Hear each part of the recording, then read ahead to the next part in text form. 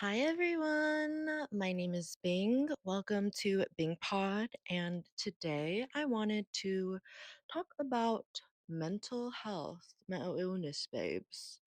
I recently was contacted on LinkedIn, the hellscape that it is, by a former peer from my grad school, UCSD's School of Global Policy and Strategy. Don't go there. Don't go there at all.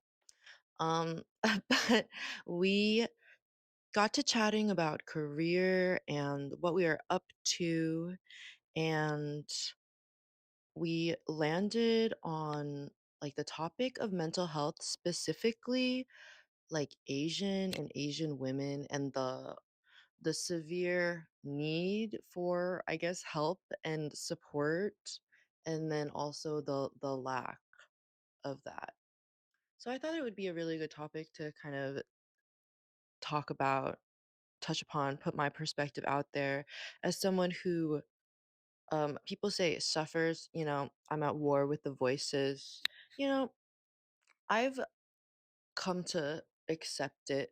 It's a part of our spice, the mentally ill community. I used to really be like, because I had to tell people like, look, I'm not well. Like, you need to understand that so you can understand who I am. And I, especially when I was like battling for my life, like I think it was anytime that I've like had a so big social media, like IG, or like I was when I was like, in high school on FB, and then I would just like get this overwhelming dread and then just have to delete it. Like I'm a runner, I'm a track star. Like I don't want to deal with it anymore. Like I'm out. And so people would ask me all the time, "Oh, do you have an IG? Do you have an IG? Do you have an IG? What's your IG?" And I'm like, I for years I would have to say, "Oh, I'm mentally ill. I don't have IG." And I feel like people would be really turned off at first from the, "Oh, I don't have IG." But then when I say I'm mentally ill, they're like, "Oh, okay. No, it's actually legit because like with the comparison, the standards of beauty, the type of interaction, it actually drives me insane." But now, and I've talked about this before, I'm back on socials, like in a more composed and concentrated, focused, with purpose, with intention type of way. So I think it's not like that. I think like LaPatty and I are both back on it. I love LaPatty. Shout out LaPatty. We're both back on it, and we're just back in it, and we're doing it for fun, and we're doing it for goofs and gaffs, and we're just being authentic. And I love to, like, look at it and, like, interact with people and, like, have a good laugh, and be like, "Okay, like, it really isn't that serious." Like, I remember, like, follower counts, and I get it, it's still like that, but, I mean, when you get to a certain point in your journey, it's not that deep, like, at all, and just the amount of people who are judging you or other people based off of what you're putting online, like, it's for real. And it's even like, okay, I was in lacrosse, and the girls, and I saw it happen with other girls to other girls, and then I also saw it had it happen with me, where the girls are watching you. They're watching you, and they are saying, "Where is she? Why is she with those people? What is she doing? And why isn't she with us?" I saw one girl, I remember, she's like, "Oh, she's not coming to practice. I saw her story, like, she's with the boys," or whatever. And then I got it for me, I got it I remember specifically, "Why are you in the parking lot right now?" Um, oh, yeah, crazy, crazy behavior. I mean, aren't we all a little, "Bella, where the hell have you been, loca?" You know? So, yeah, that's kind of, like, what put the idea in my head. Just, mm, there's a need, and I've done like research papers on, depression in teens, or, the loneliness epidemic, which, I mean, they got it good over in Japan. So whatever we talk about in America or in like Western countries, the male loneliness epidemic, it's a mental health crisis. It's been done before. It's tired. Like, Like, we get it, you wanna stay inside, you wanna play your video games, it's like agoraphobia, it's like social anxiety, it's like the pressure's too high, so you just don't perform at all, and I don't know, it's like a reflection on society for real. I I personally have struggled with, like, major and minor depression and anxiety, and sometimes I definitely fight some, like, suicidal thoughts. That's just, like, for real. I feel like, we all have to be, like, transparent about it. If we're gonna talk about it, then let's talk about it. Like, we get lonely, and sometimes life is really hard, and sometimes it's hard to wake up and get out of bed. And I remember my professor saying exactly that during COVID when it was a horrible time and we still had to, like, go to Zoom class and act like everything mattered. I remember being in lecture we had to do outside lecture halls. It was the tents, that's what we called them. Oh yeah, we were out in the tents on Warren Field. Um, I think because grad students, like, fought for, in-person lecture or for hybrid lectures. And I remember we were in Warren Lecture Hall, and literally like, it was January 6th, and the Capitol was being, like, overrun with terrorists and insurrectionists or whatever we wanna call them these days. And that was just a tough time. I remember screaming, crying, all the time, and that's just how it is. I think college was a really tough time. I think any time that I'm in an institution where there are expectations for me and I don't get it, I'm like, "Oh," and then I'm like, I'm just like, "Oh, this is not it. Uh-oh." Right? I mean, I'm sure people get it. And also, like, I've seen so many of those, like, quotes where it's, "How could you expect anybody to function normally when like, life and society and the institutions don't function well? How could you expect us to function well?" Like, it's expected. I don't wanna say expected, but it makes sense that everyone's, like, mental illness babes, right? And it's kinda tragic. I think it is a tragedy. I think, I'm not brand new. I'm not brand new at all. I've seen the shootings, and then in school, we have to practice for active shooters because it's like an elevated level, because we used to do it, there were intruders, right? But shooters are a whole new thing. It's run, hide, fight. At least that's what it was when I was in high school. And how ridiculous and horrible and stupid and irresponsible and all that it's like that. And it's always a man, and it's not just guns, and it's not just America, it's everywhere, and they take it out. They take it out because they're, you know, not well. The unwellness levels are extraordinarily high. I'm not gonna act like I know everything about what men have to deal with, because I don't. But, as a human, there are ways to deal with things better than shooting up children, right? I just think, and, like, honestly, like, I used to be a really angry, and I can get there. I can get there. I can get angry. I can get mean. I can get hateful and vitriolic, and I can take it out on, and I've been known to take it out on people in the past, and I've kind of let that go and released that and moved on. But, you're really not alone. You're here for a reason. All you need to do is be. There's really nothing else to do. And we have other ways. Like, my go-to the depression hack used to be like makeup wipes, and, like, you just keep your clothes in certain areas. Like, you can't, if you're too depressed and you can't wash your clothes or fold your clothes, which oh my, like, come on. The it's the dishes and the laundry. It's the dishes and the laundry again and again and again. And they're winning. They're winning. You just keep them.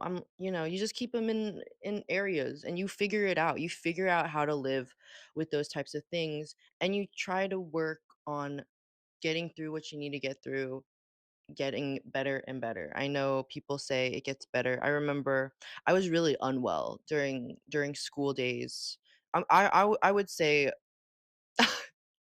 I would say from not kindergarten, but like second grade, maybe kindergarten, because I definitely remember crying over my first homework assignment. But from kindergarten to like literally graduation. And honestly, even when I'm teaching, it gets tough. If I'm teaching in an institution like a school, like that was really tough. I don't think I was unwell, but I definitely wasn't enjoying my days. You find ways to enjoy life and you find ways to make things make sense and mean something. Uh and also like people have been doing this for centuries. Like you're not the first and you won't be the last. Like we have many ancestors who have, struggled. I remember, oh my, I don't know why. It reminds me of Patty and I were at this gay club, this like really popular gay club in WeHo for Halloween. And his friend, his acquaintance, I guess, whatever. I don't know what's going on over there. But they came up to us and they were like, da da da da da da da da da da da. And they were, I think they said something like, oh, an addiction. And I just straight up was like, "The Opium Wars, because like, we're Chinese, and it's like, "Oh, that's where it came from, the Opium Wars. The Brits did that to us, and now look at them." Right. Yeah. I mean, it stems. It's genetics. It's nature and nurture. It's what you're around and what's been passed down. And honestly, I feel like I got both. Like, I feel like I lived in Beijing. I've lived in China. I know Chinese people. Uh, Chinese people are, and you see the memes where it's like Asian moms are always yelling, like they're yelling, and there's strife. And I was like a victim, I guess, a survivor of the one child policy where, I mean, after the Cultural Revolution, which let's not get started on the starvation and the violence and just the horrors and revolutions that happened because of Mao. And then they jump forward and they're like, okay, no, no, we don't want, there's too many people. We're not going to be able to feed our people. And, you just put people out on the street. It's like, and it wasn't just me. I feel like I meet people all the time who are like, yeah, we're adopted because that happened because the government doesn't know how to take care of its people, even though that's their job. Oop, oop, oop. And I feel like, that. And then my mom has also struggled. Struggled is a word for it. So I that's just how it is out here. Like, if you don't know anything else and like complete transparency, like my I've never had a father and people are like, "Oh, you're adopted. Oh, you didn't have a dad." Like, okay, like whatever. Like, okay. And then and then like I've said it before, like in I don't bring it up often. I only say it when it's like, "Okay, you need to know where I'm coming from." I remember telling my friend in a bathroom because she was like, "Well, our friend, I know you like blah, blah, blah, blah, blah. I know everybody's like da da da da da, but she, comes from really hard, upbringing, her family, And I'm like, "Yeah, I didn't have a dad, but the closest thing I did have shot himself in the fucking head." Like, we all go through things. It doesn't excuse us from continuing forward. Like, we have to keep it moving. Unless, I'm not here to tell you what to do with your life. I don't condone, uh, you know, self-inflicted harm. I would say. There's, like, the whole euthanasia argument where it's like if the pain or if it's like you can't even, like you're a veg, you know? You're veg. Like, you can't even do anything, you're like, you know I don't know, it's still a very hot topic, assisted suicide. You know, it's tough out here, man. It's tough, and there's great pain. There is great pain. There is beauty, and there are moments of joy, but there is pain, and there is suffering, and that's for real. And we just gotta see it and understand it, and try to find out what works best for us. And what works for me isn't gonna work for everybody else. Like, have a tough day. If I have a tough day, like I love to veg. I love to bed rot. Like I was, raised in a bed rotting society. Like I'm going to be in bed. I'm going to be on multiple devices at the same time. Um just sleep it off, you know. Comfort meals. Mm, I don't know. I feel like my eating style and my habits have really changed since it's really like, okay, like what can we afford and what are we putting in our body that's not going to completely destroy us? Because if like I can do Taco Bell, like that's fine, but if I don't know, if it's like a really gross fried fast thing and it just like shoots through me and empties my system and I'm like, well, what was the point of it all, right? Um I don't know, and things, like, aren't like, we want quality taste. We want things that taste good. We There are good things to enjoy here, and that's what I'm trying to get at.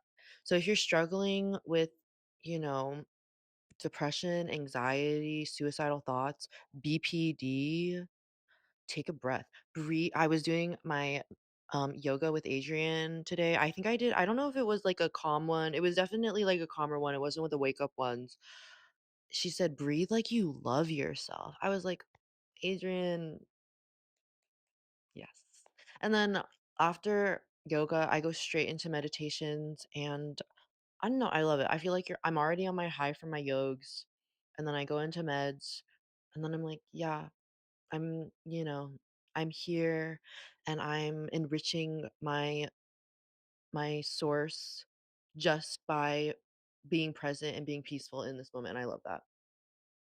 And then, yeah, I do a lot of affirmations. I have to reprogram my mind, that's what we talk about, because I come from a really, like, "Yeah, let's kill ourselves" type of like, not only close-knit, but also, like, society, like, I've told everybody, like, I grew up on, like, early 2010s internet where it was just like KMS, kill myself, like, it was just, like, end it all. It was that like, that type of shit, and, it was very, very toxic, and I remember there was a switch in my, like, mindset, and I left my friends behind. I was like my friends were still like, "I'm gonna end it all, like, I'm gonna punch the walls until my knuckles bleed." And that's how we coped. Also getting, like, too high and too drunk or just doing too many substances to the point where it's, like, a a state of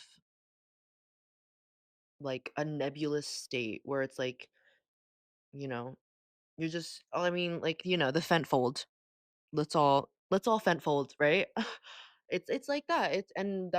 That's what it is. That's what there's a border crisis, there's an immigration crisis, there's, uh, an economic political crisis, there's, a mental health crisis, and, it's all fueling each other.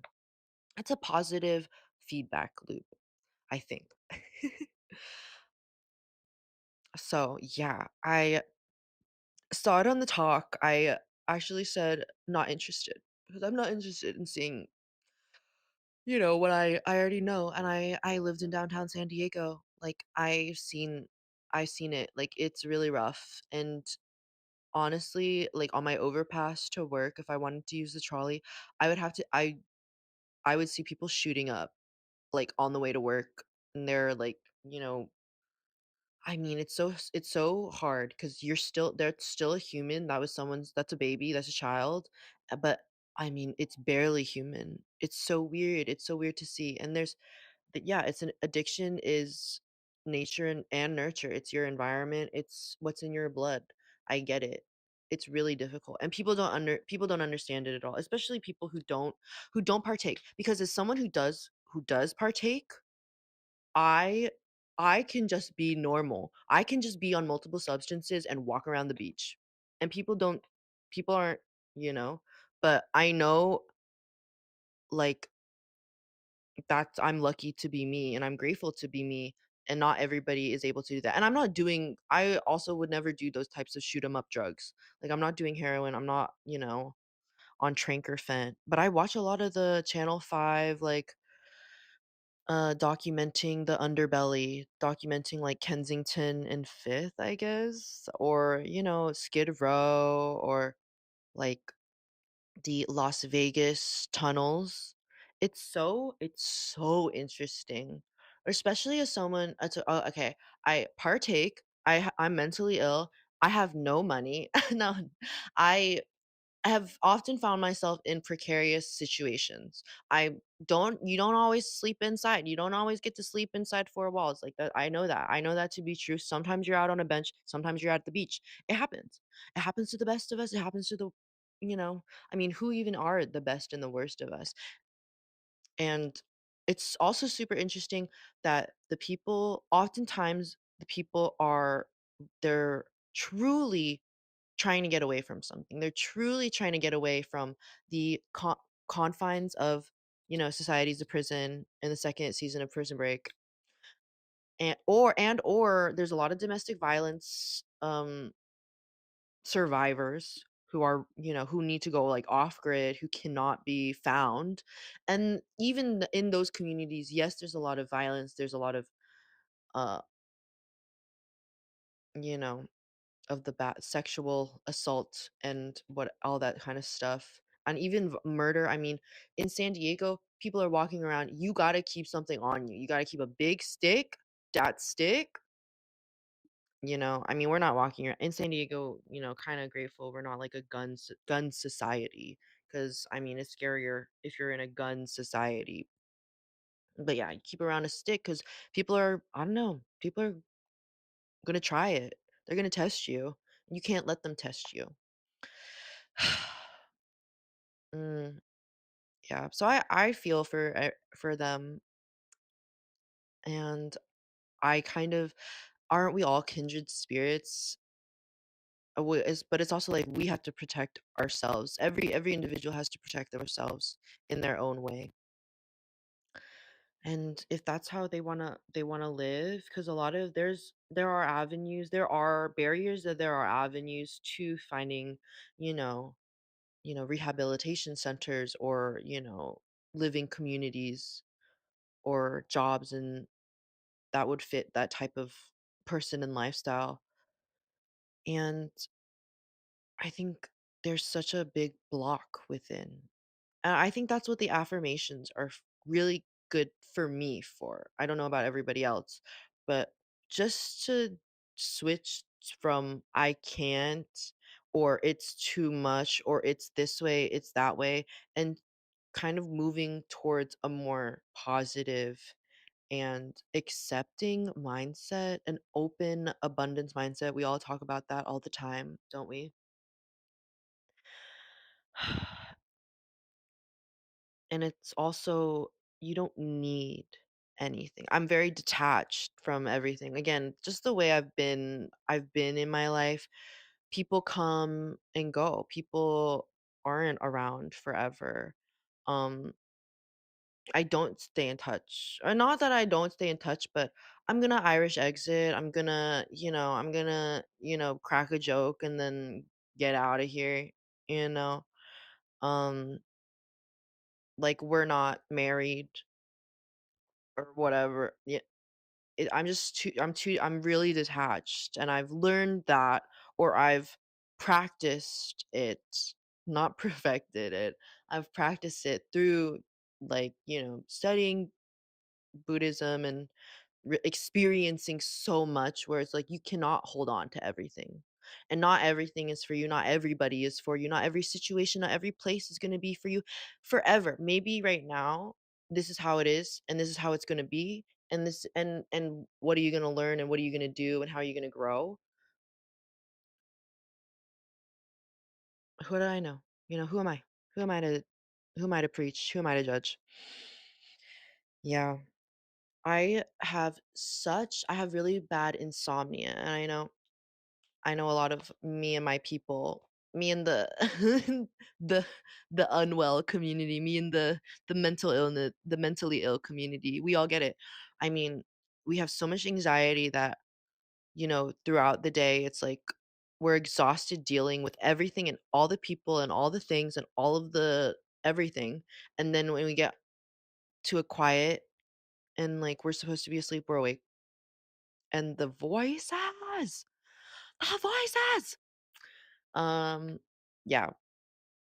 So I remember having really, really bad insomnia when I was in I want to say middle school, high school.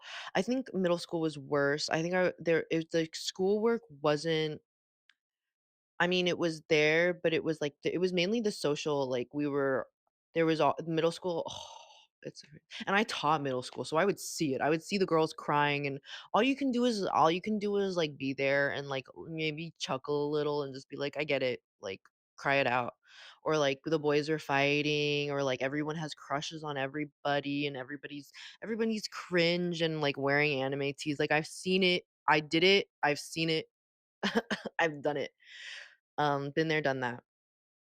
And yeah, middle school was like a really bad time for me. Grad school was a really bad time for me. I'm so grateful for medical with marijuana, legalize it, decriminalize it. I've said it before. I think 420 should be a federal holiday. um, and I mean, I mean, Snoop Dogg, come on, every day, bro. And he was our Olympic or the Olympics. In LA? Oh gosh, we gotta get out of here. Oh, no, no, I'm not even in I'm not even in California anymore, but I remember when we were talking about the Olympics at my old job, even though we were in San Diego, we were like, "Oh, we cannot be in SoCal when the Olympics come to town," because LA I mean, I don't know if LA's ever hosted the Olympics, but I mean, so scary. I was in London for not for the Olympics, but during the Olympics time. It was clean, people were still annoyed with you, and, they have a functioning metro system. LA does not. LA does not have a efficient metro that's gonna get you from one place to another. They're super corrupt. I mean, it's just gonna I mean, I guess I don't live there. Wow, good. And in San Diego too, we were talking about it, like, the Olympic chaos, it will bleed all the way down SoCal, and I get that because, LA is gonna be packed. It's already packed.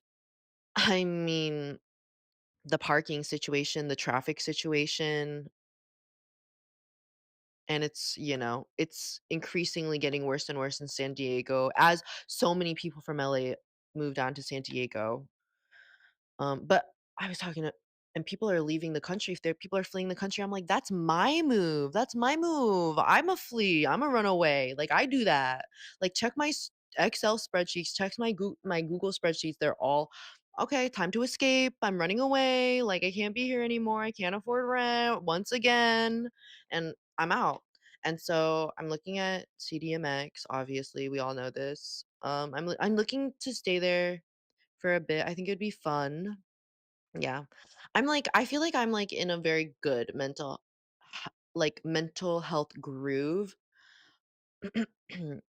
And it's so like, this is such a self-realization, big moment. This is huge. This is huge for us because I literally, so many times have wanted to off myself. I so many times have screamed and cried and pooped my pants. Like I mean, not really, but I mean, I've had like full blown like mentee bees, and I have so many friends who are like, I had a minty bee the other day, you know? And I love that we can be like that with each other because sometimes you really just got to break down and scream and cry and let it all out and just exhaust yourself and then take a nap and then eat a fruit and then keep it pushing, right?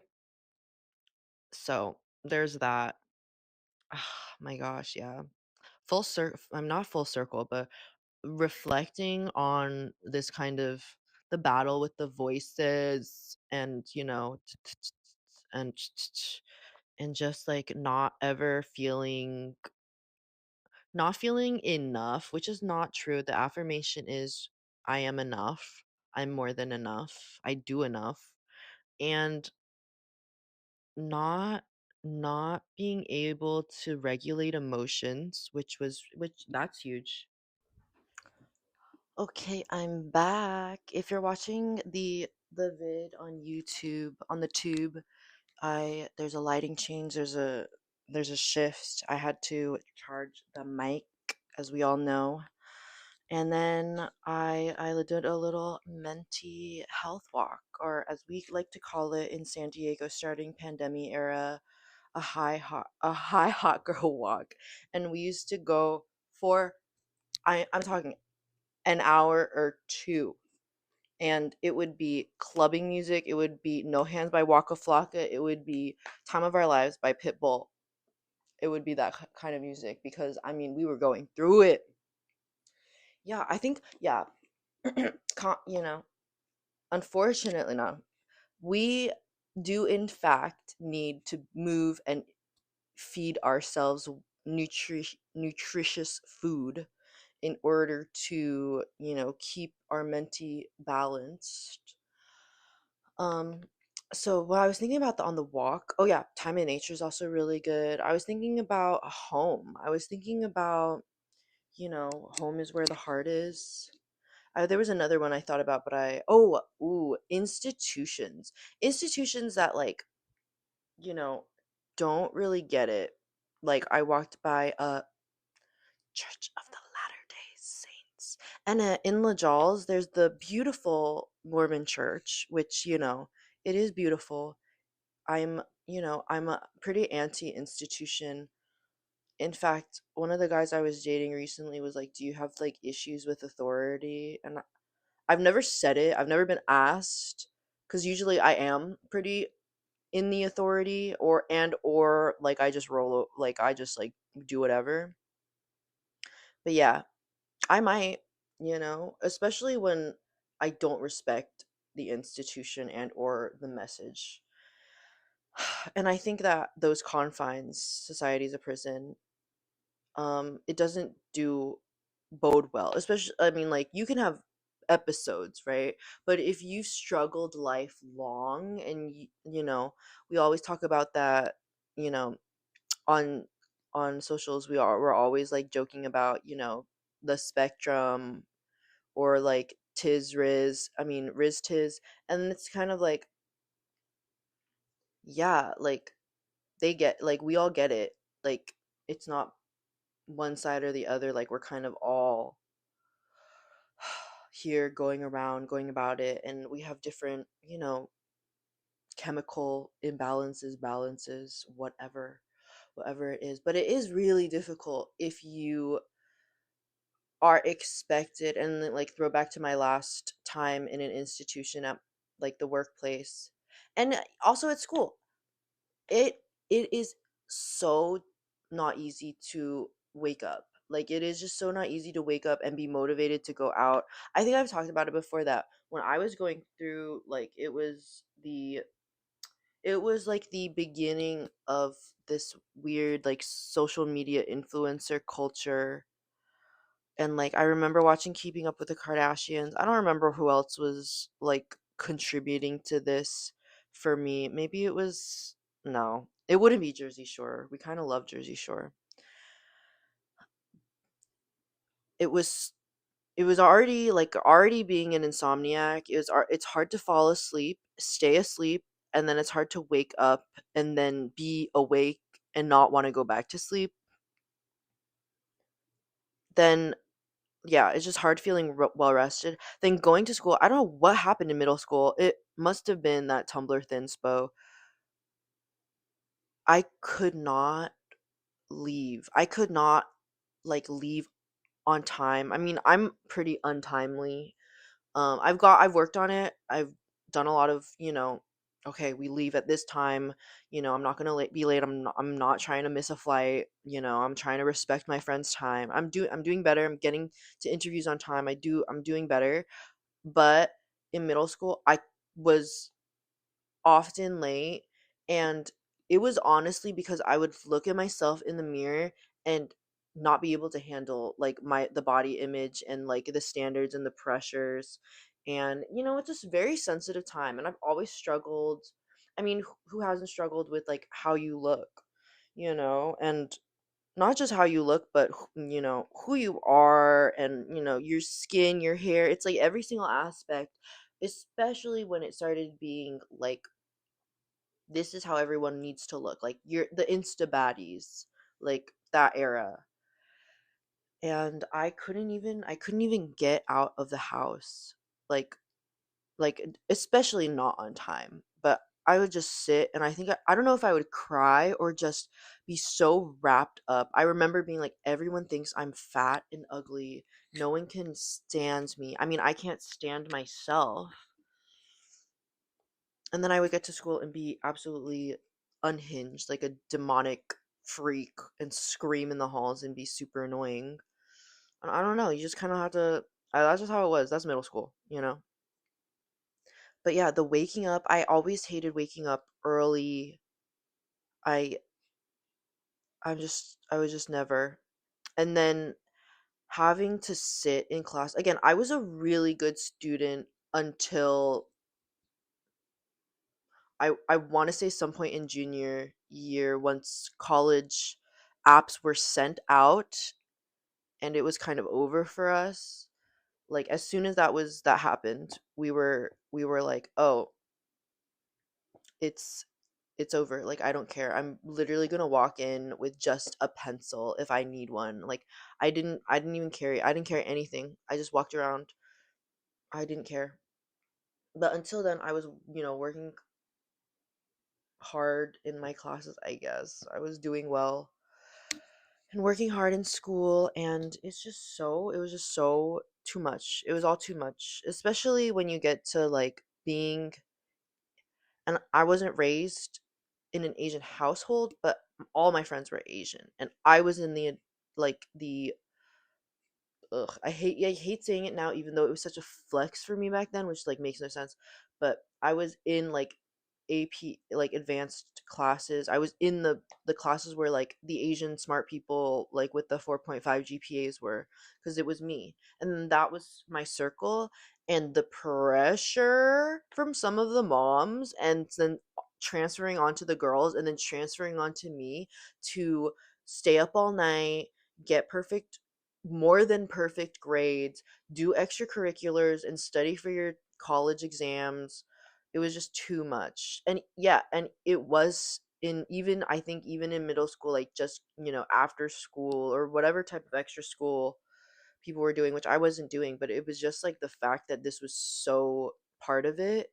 It was like too much. Like I remember we used to go to bed at like 3 o'clock in the morning, and we used to gather around like freshman circle or whatever, and be like, how much sleep did you get? You're like, I got 2 hours, I got 3 hours, I got four. And then together we would have a normal amount of sleep. And that's how it was literally for like years, I remember. No good. But, and I mean, the system did that to us, that they, Bush's No Child Left Behind. I know, I'm just kidding. It's just like the academic pressure of it all, being an academic weapon, I guess. And then also having to, I don't know, work, volunteer, play sport, be human. It was just like, oh, we don't have all the time. And we were getting so much. I mean, I hate homework. And as a teacher, I really do only give I only give homework if my students request it from me. If they're like, I want to read and watch videos, I'll send you a video, you know? it's gonna be Conan O'Brien, but it'll be a video in English. So yeah, I just the pressure. It made me insane. I was like not well. Always like, stressed and just uncomfortable being me and being where I was. And that's just, it is middle school. And then, yeah, if you don't feel comfortable like in your home, I feel like that's a huge dagger to you. Like it's a huge toll on you. Like I think like most people, like again, like I come from a very like it's a very privileged, nice, Redondo Beach, right? In Los Angeles. But I don't think I knew a single father that was I don't think I knew a father, and then I didn't know a father that wasn't angry, you know? And maybe it was just my circles, or the moms were literally like screaming over test scores. Um, yeah, and just like having a hospitable environment, like I had to go out and be compulsively extroverted in order to, I don't know, have some semblance of satisfying my social needs when I was younger. So I was always at other people's houses. Um, and that's just the truth of it all. Like there wasn't enough enrichment in my enclosure, so I escaped again. And I would also go to other people's houses, and it would also be insane. I mean, we'd be comfortable because at least we're together. Because again, being a single child and like having friends that were like girls my age and like hanging out with them, like you kind of become sisters in a way. But yeah, I mean, like it's so horrific. My mom used to yell at me in front of my friends, and like my friends, been there while their parents are like freaking out and or breaking in, or there's like crazy drama. And I don't know, it is like it's not just it's like of course there's trauma or whatever, there's emotional damage, right? There's psychological, setbacks, there's spiritual illness, but there's also like that, oh, I'm not safe. Like, oh, I'm not safe here. I I can't be here. I can't be myself here. I need to at least find someone that I can be safe with and or be in a different place that, I won't be attacked all the time. And I think that's kind of what you have to do for yourself, especially as a child. And I really feel for like the kids these days because we're really so wrapped up, and I've talked about it a million times, we're so wrapped up on the screens and on the media, and it's like, oh yeah, it's so cool, it's so fun, and like go touch a tree, like really go be the Lorax and touch a tree, because life is like slower and it's complex and intricate, and it's not just like that dopamine hit. It's like the stillness. That's what we've come to. I think I told you all I like found inner peace. I'm just trying to cultivate it. So that's kind of some of my advice. I guess I would you know really find your own center, your own light, protect it, nurture it, cultivate it, especially if you're in those i- situations, like you live in a home where like you don't feel safe, or you are forced to be around people where you don't feel safe around, you can't be yourself around. um like this is temporary, like life moves real fast, things are always changing. You are the, what is it, the designer of your reality, the artist of your life.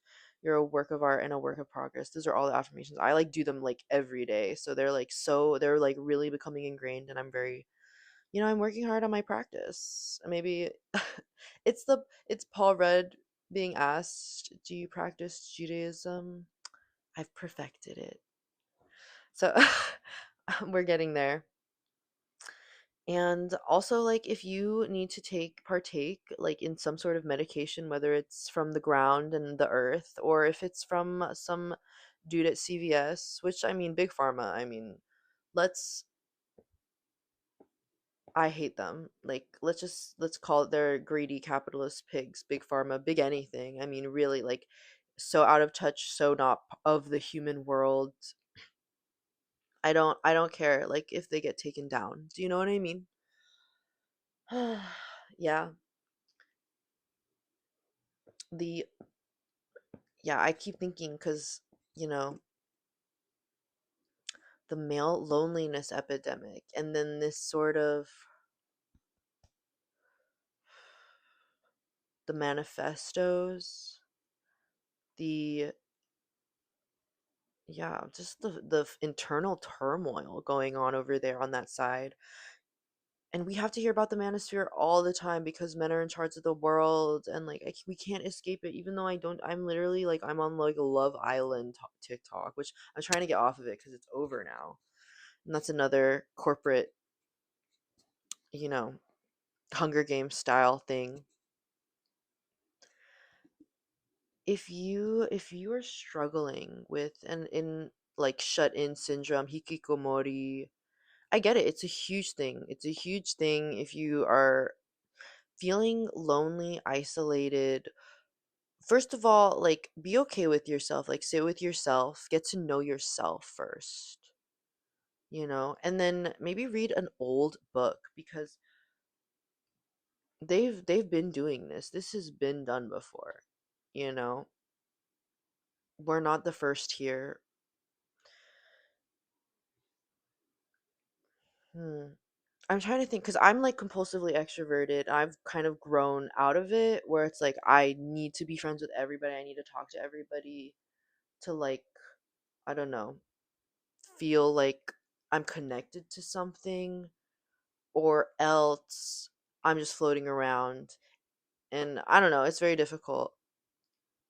That's like one end of the spectrum. Like you throw yourself around because you're looking for something, you're searching for something. And I've kind of stopped that. I think I stopped it after Japan because Japan was really, really bad. Like at the time, like looking back, it looks so fun and I love it. But at the time, I was really like not satisfied with my relationships out there. I think we were just all really different people in a very in close quarters, always hanging out. And I was not having it at some points. Like when, especially when things happen that were like, uh-oh, and everybody reacts in a super different way and are like, they're just like who you, it's not who you know, because you don't know these people. And it's like, oh, okay, I don't really know these people. I don't really get along with these people. But I was always like, it's like the Breakfast Club. Like, oh, we are friends. We're just different. Like, it. And then I kind of grew out of it, especially because in Paris, I've talked about it a million times. My like horrible roommates and just the Parisian people. Like you kind of have to like be guarded and you have to like be protective of yourself because people are trying to grab you. Like I can see it. Like if you have a light here and your light is like radiating, like I can also see the tendrils of dark other people's dark, like seeking souls trying to like rip you from whatever you are, whatever land you are in, whatever realm you reside in. And that happened so much in Paris abroad and in Paris in general. Like it's just like people are like going after you. I've said like my roommates were like super exclusive, like they were not like nice girls, and they didn't like each other. I feel like they were always into drama. And then the what is it? Yeah, I got chinois chez moi. I got picked up at the bar, like physically, like tossed over the shoulder to be taken to a second location. I had to be rescued, and I feel like that's like a really like that's like a reflection on your culture and society of like how is everybody treating each other in these public spaces, you know? Um, yeah, I've definitely been through times of loneliness.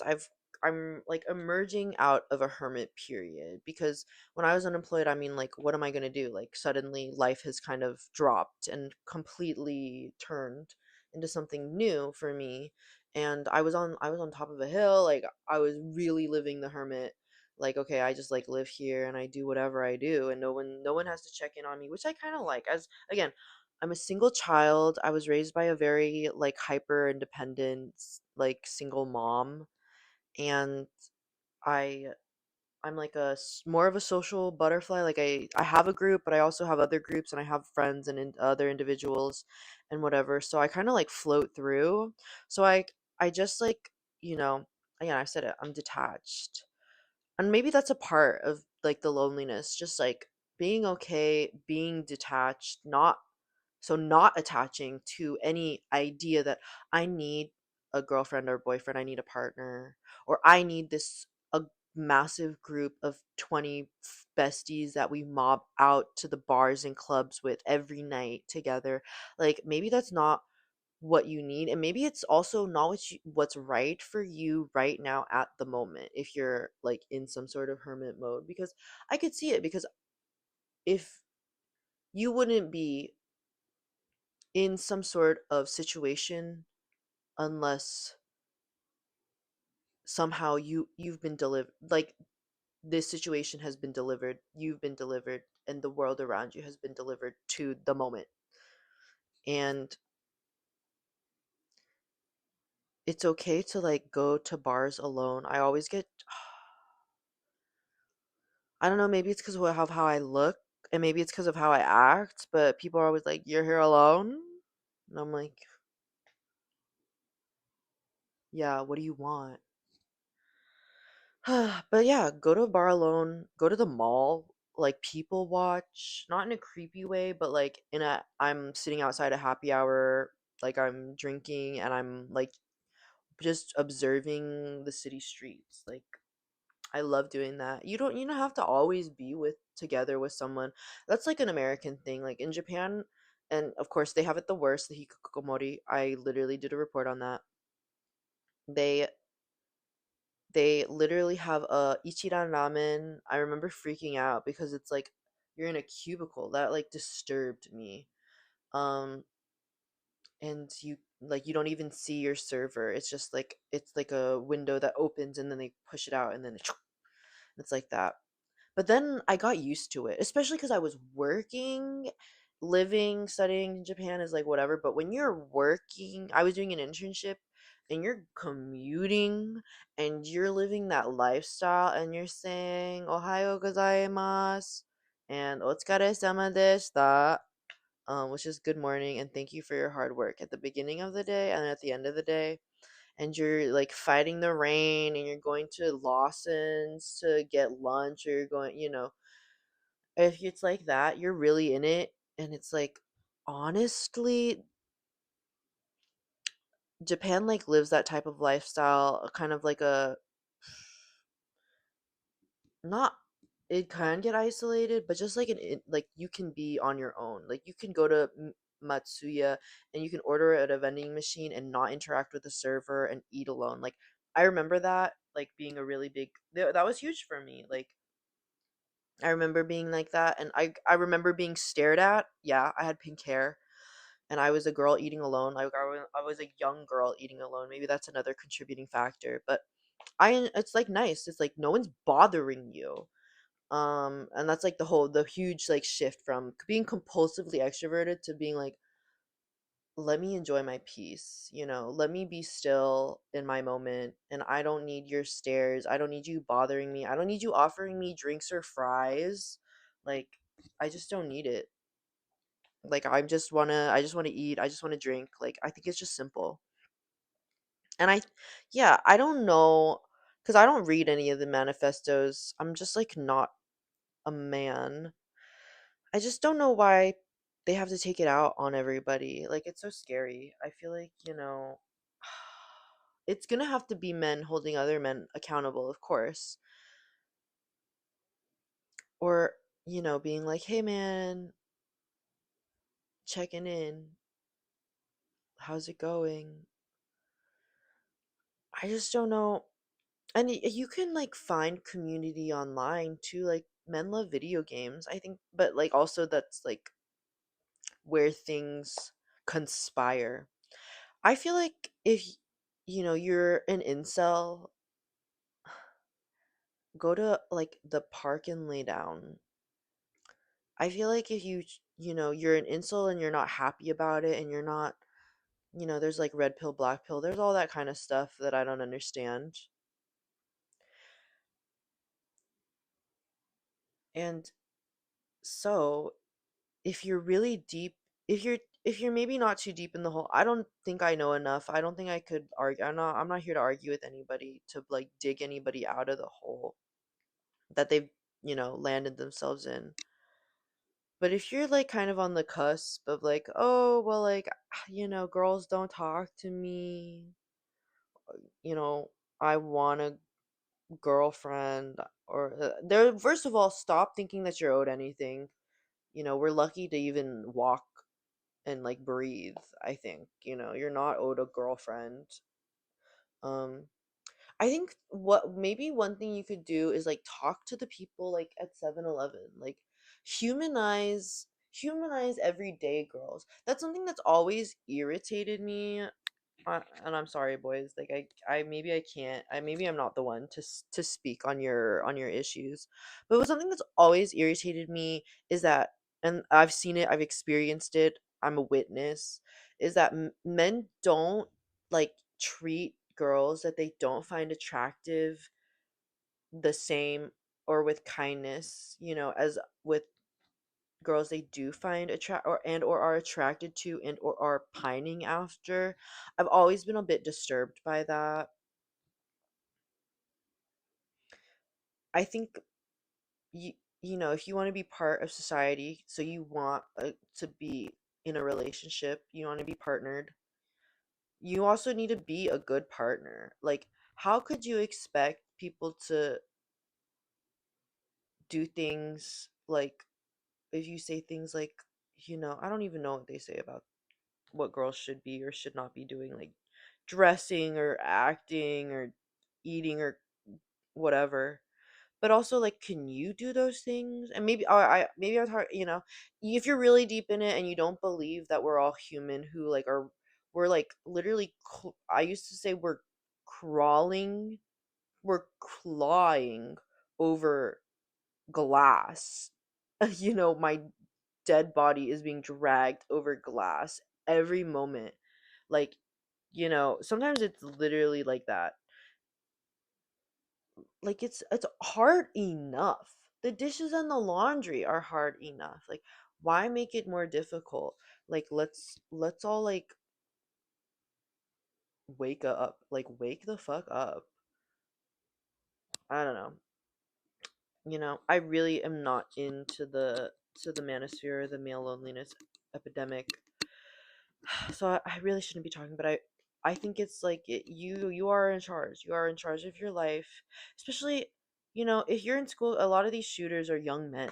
Like, once you get out of the institutions, it's even more isolating because now you're just going to work and you may hate your coworkers. You may love your coworkers if you're lucky, but you may not get along, and then you just do it over and over again. And I lived alone, I liked living alone, but you don't it's just work, and then it's like working out, eating, cooking, the dishes and the laundry, as always.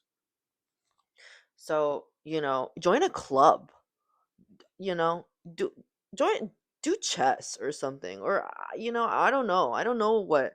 Did anime club? Girls like anime, I like anime, I like gaming.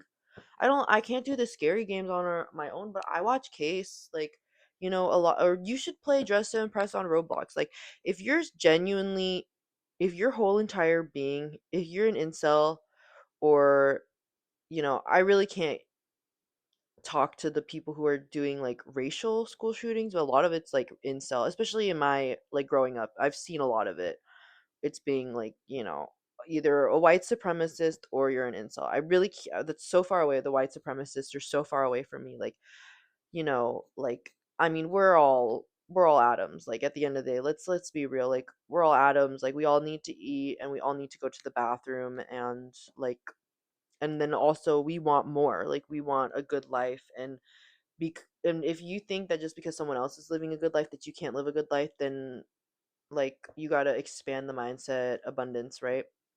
But I think I could speak a little bit more on the incel just because like I'm on the opposite. Like I was raised by a man hater. Like like I don't know what femcel means, but if it were like that, I feel like I'd be on the other side. And incel originally came from a woman who also couldn't get like I don't know couldn't get her freak on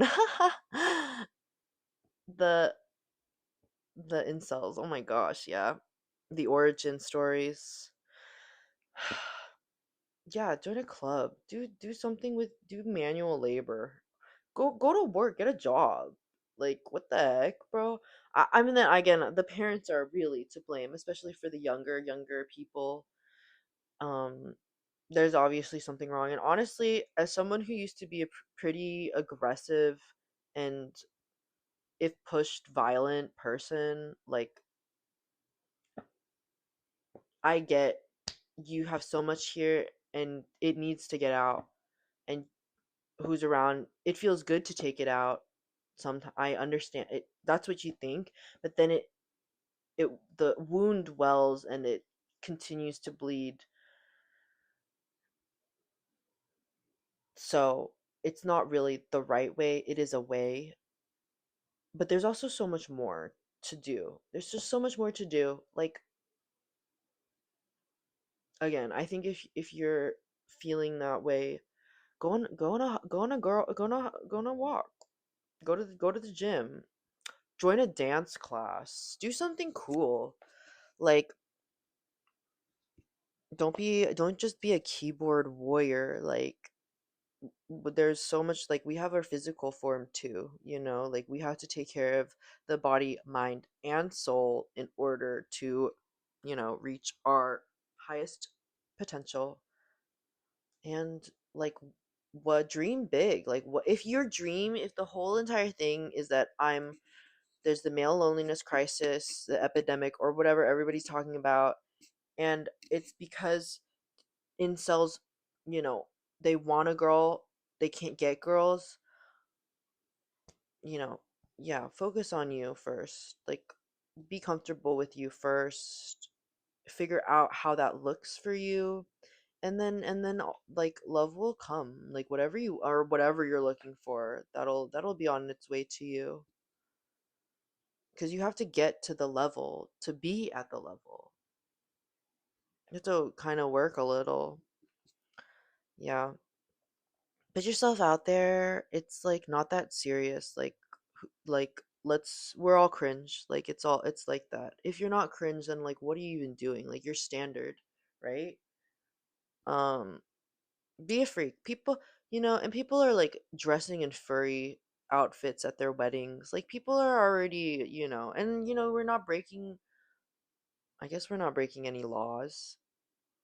Do whatever. I don't do the pick up artist like interviews on the streets. Those are so cringe. Like drunk girls after the bar. Like I just feel like it's so out of the moment. Like I hear and I see, understand and have criticized the influencer kind of, I guess, genre that's going on, because there are so many different types of influencers. Like we used to have Plato and Aristotle. They were just dudes who sat under trees. Like they were influencers, right? They were philosophers. I mean, but what is a philosopher these days, right? I just feel like the pickup artistry, it's not coming from a genuine, authentic place, and you're not gonna get a genuine, authentic connection or person.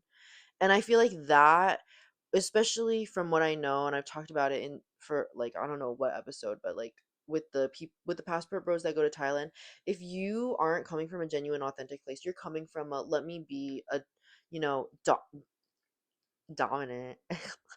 And you like being dominant, don't you?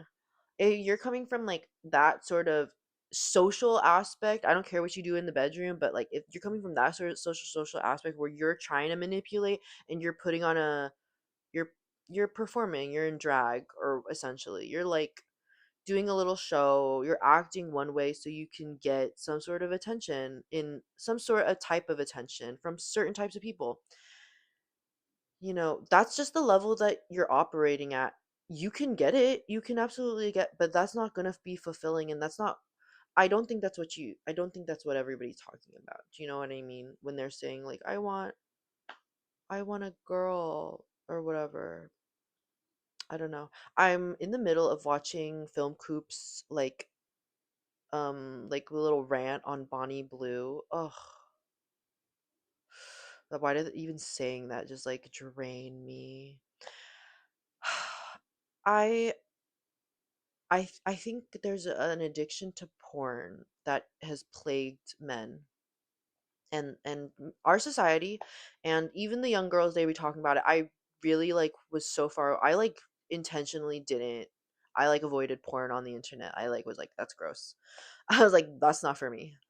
Um, I'm about I'm about a long, what is it, the slow burn. I'm about an enemies to lovers slow burn. I love it. I'm like oh my god, they looked at each other, they hated each other, but he saved her. Oh my god, and now they see each other. That's what gets me. And yeah, I'm a woman, what can I say? What can I say? But the whole thing about the that's so detrimental to your psyche, because like it's sensuality, it's spirituality, to see it, to believe it, and then to bring it to life in the real world, in the 3D, and also to know what the industry is about. I mean, I know I know a lot of people don't care, especially young people. Like, if your prefrontal cortex isn't fully developed, I get it. You're just like, okay, all right, jork it, right? Um, it's draining, and it leaves you almost emptier, right? um you know Moderation is key, and then also, like, again, I can't emphasize it enough, like a real connection that's built at a regular pace with, genuine moments. I know it's hard online dating. It is all fake, and who knows what these people are, right? Man, it is. I mean, what even? I mean, let's go touch grass, right? I think, yeah, go to a park, go to the museum, ask questions, right? Volunteer somewhere at like a. I used to do burritos. I used to like make thousands of burritos a weekend. But that was hard work. You don't have to do that. Like, you can do something that's light, like humane shelter if you like animals, or like if you do enjoy nature. um you could do some sort of conservatory work or whatever. I don't even know what anything means anymore. Just trying to get out there, trying to meet like-minded people who get you and enjoy similar things and interests, and then maybe you can learn something. Maybe you can teach something to someone else, because there's a lot of, like, oh, like, you know with, I don't know, certain types of the population, you can serve and also learn more and create bonds. It's always like that, and you don't know who you're gonna meet. That's the joy. I think that is the joy of life, the special, precious moments that we're all grinding for, right? Yeah, and then, yeah, I don't know. For the girls, I mean, I feel like it's so easy. I feel like, I mean, maybe I'm me, but there's so much attention thrown around that it's scary. Um, I think the girls, if you're suffering from some sort of, like, oh, my friendships are all really shallow, because I've been there, because, I'm a party girl, like, I'm a party god, party veteran, party goddess, party empress. Um, so I've been in those situations where it's like, oh, I look at, or I'm with friends and I'm with circles that I'm like, this is beyond shallow, and then also, like, it's very toxic. It's poisonous. It's poisoning me. I'm becoming worse. I'm getting worse.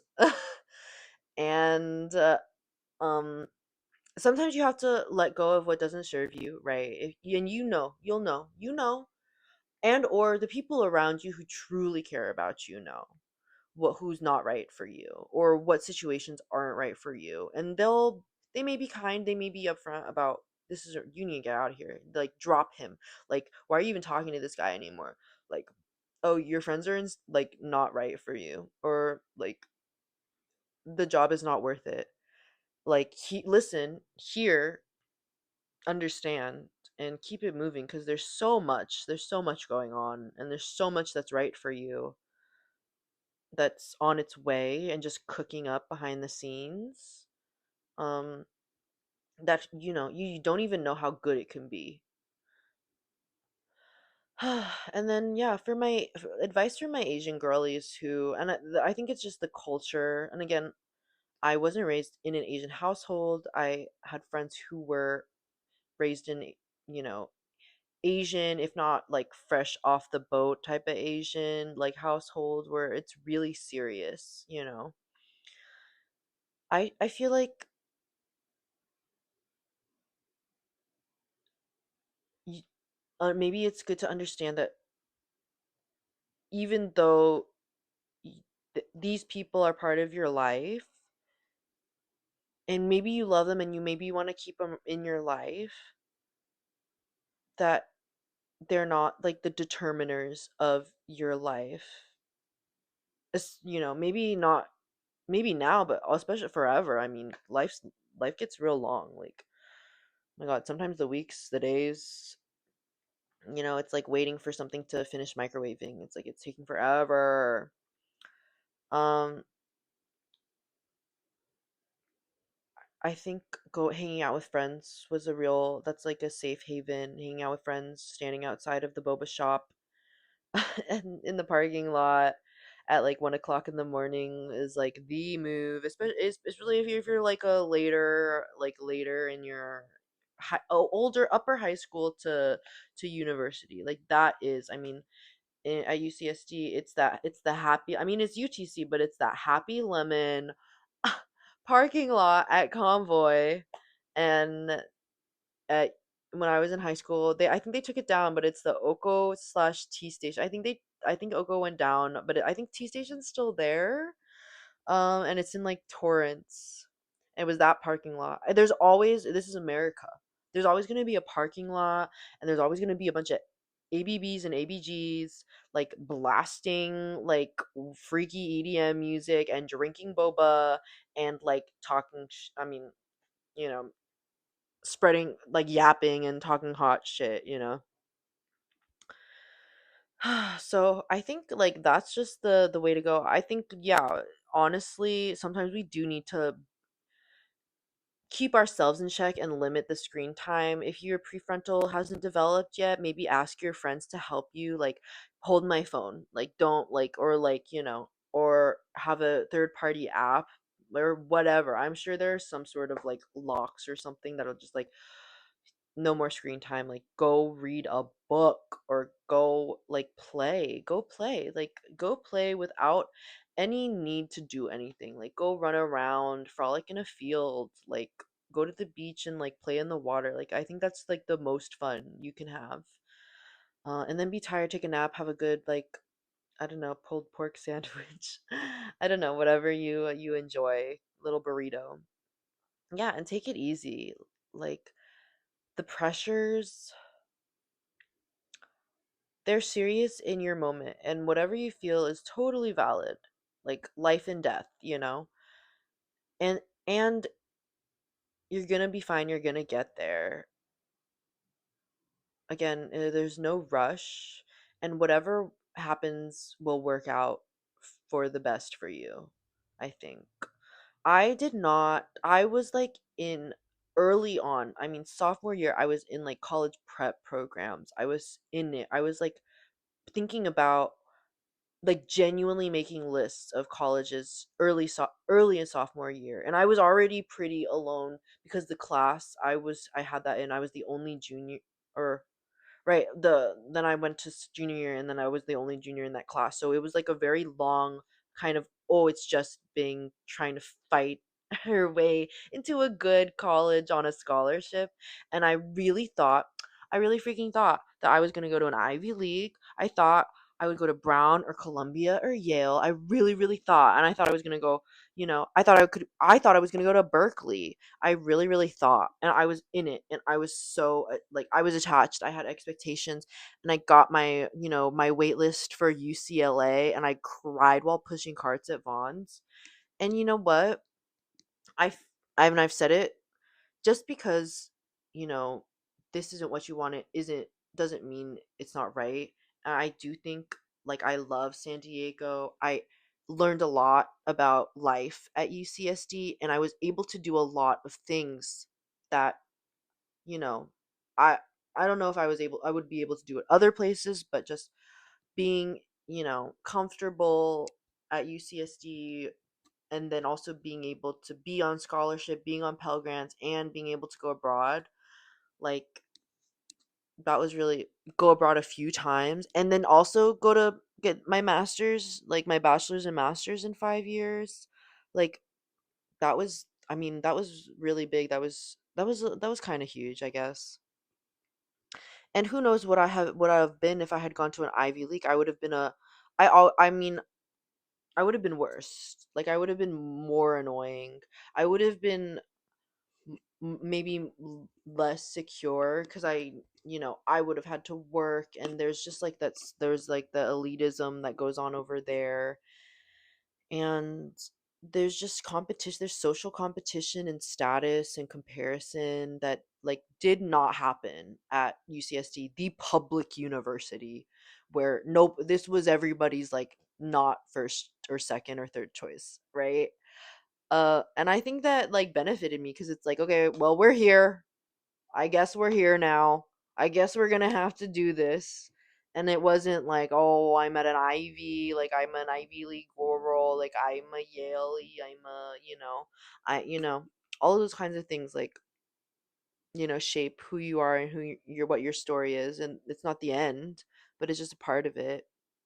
And I mean, San Diego is literally the most beautiful place. Like, it is so perfect. I mean, especially being out here, I mean, it's a cool, like, 88, 70 something, and it's like nighttime after the rains, and there's a storm, and it's going to be over 100 for the rest. I mean, like, pray for us, whatever gods you believe in. I mean, think of us, cuz wow.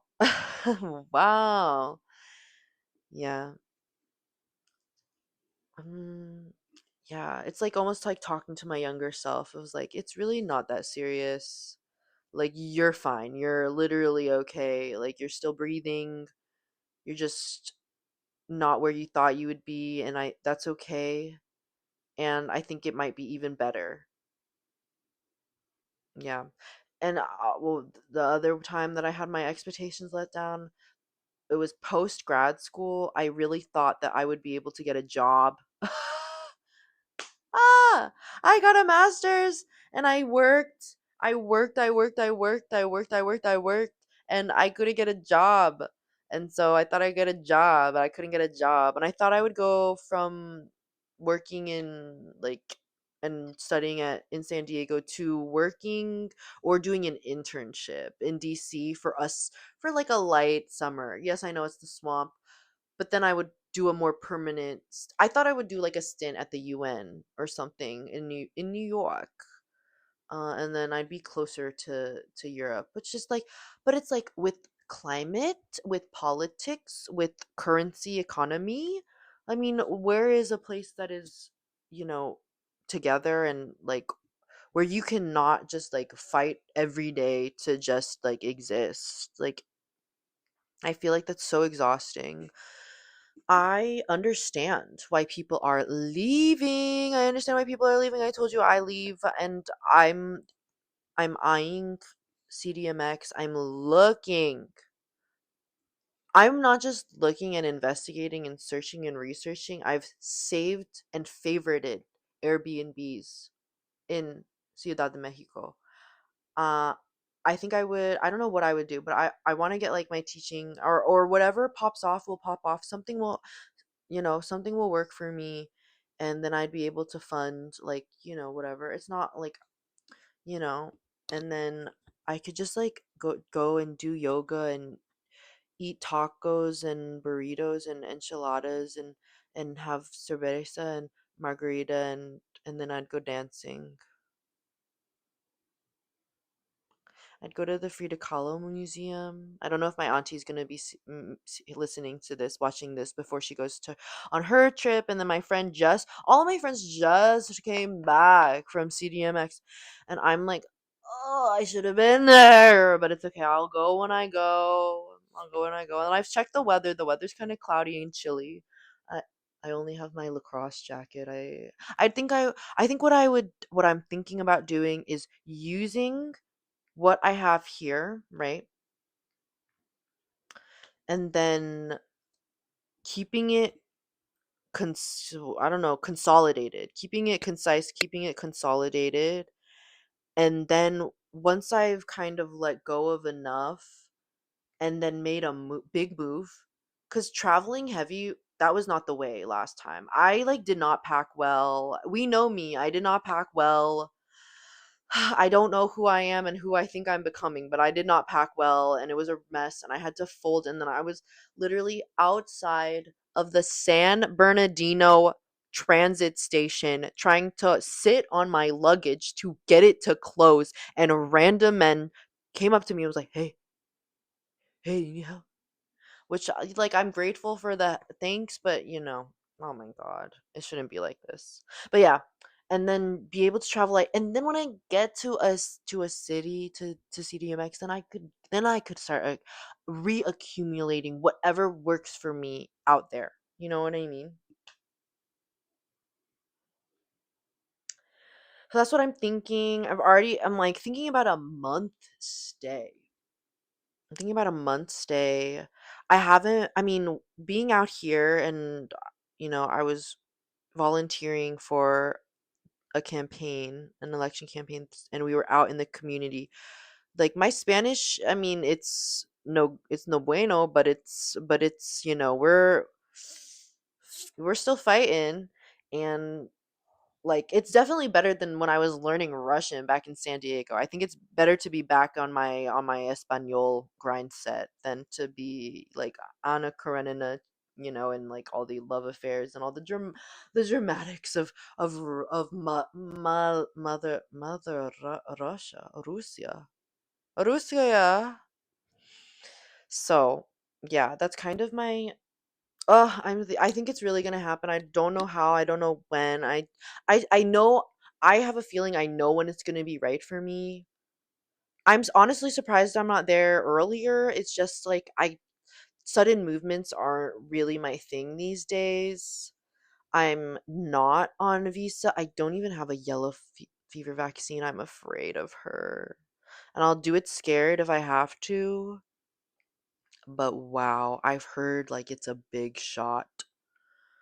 And I can't even look. I can't even look at them. I don't want to look at it. I don't want to think about it, but it's okay. Oh.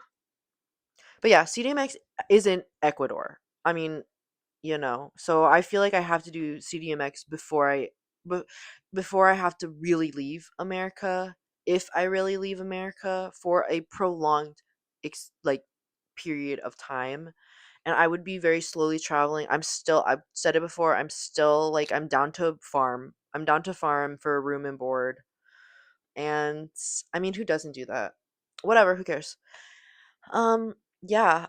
If you have any thoughts or feelings about the topic of like, mental health and or ideas, destinations for CDMX, and I'm open to the rest of Mexico. I've said it before, Oaxaca has come on my radar.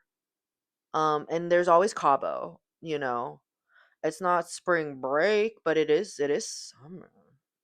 But I don't know, I haven't checked the weather. I really should check it. I mean, I only have one bikini. I'd have to get more. I told you I've already talked about it, I think. I think like a strappy cinched one piece would be so like my next swimwear. I feel like that'd be fun. Nothing frilly. I'm like out of that now. Because I had that for too long. So yeah, if you have any recs, or if you wanna like this is, friends and fam, like I know my friends and fam are like, in it with me. So if you're out there and you want to meet me out there and you have an idea of what you'd be down for, like let me know. I want to see the Frida Kahlo house. I already said like what my ideal day is. I want to, if I'm out there for a long time, I feel like I would get into I would see what the yoga situation is like, cuz I love yoga with Adrienne, and just feel like, well, first I don't have a yoga mat. So I would need to go to a studio to get a yoga mat, you know what I mean? And like it is so expat, like a yoga and a coffee, like, but I'd also like want to be like in the community. I'd have to see what's all going on. I know there's huge like over tourism going on. And I definitely respect the locals. Yeah. Well, let me know. Let me know like what your thoughts are on mental health and like your experience and your coping mechanisms and your growth, your journey, and or your thoughts on travels, and especially if you know something about CDMX and where to go, what to do, who to know, who to what to, what how to look, how to dress, good places to eat and dance and like meet people, probably, I feel. But it's also like I am so used to traveling that it feels so natural. Even in the chaos, I'm like, hey, I'm not missing a flight for no reason. I was forced to miss my flight from Sydney to Melbourne because of Qantas, right? And I've missed flights. Like you miss things. Like it happens. Like chaos happens. You lose things, you miss things, and that's how travel is. And I'm getting better. I'm getting much better. I have packing squares now. Oh my god, I'm gonna have to get a universal adapter. Oh my god, the SIM card situation. Wow. This is kind of why I had been working really hard, because I thought I would be stable in a government job, but wasn't. Was exhausted from traveling, but I guess it's just my life and my passion, and it's so natural to me, and I have lots to learn and lots to teach. So I think that's where we're at, and I think we're good. All right. Thank you for listening, and I hope you have a wonderful, beautiful day. Love you. Bye.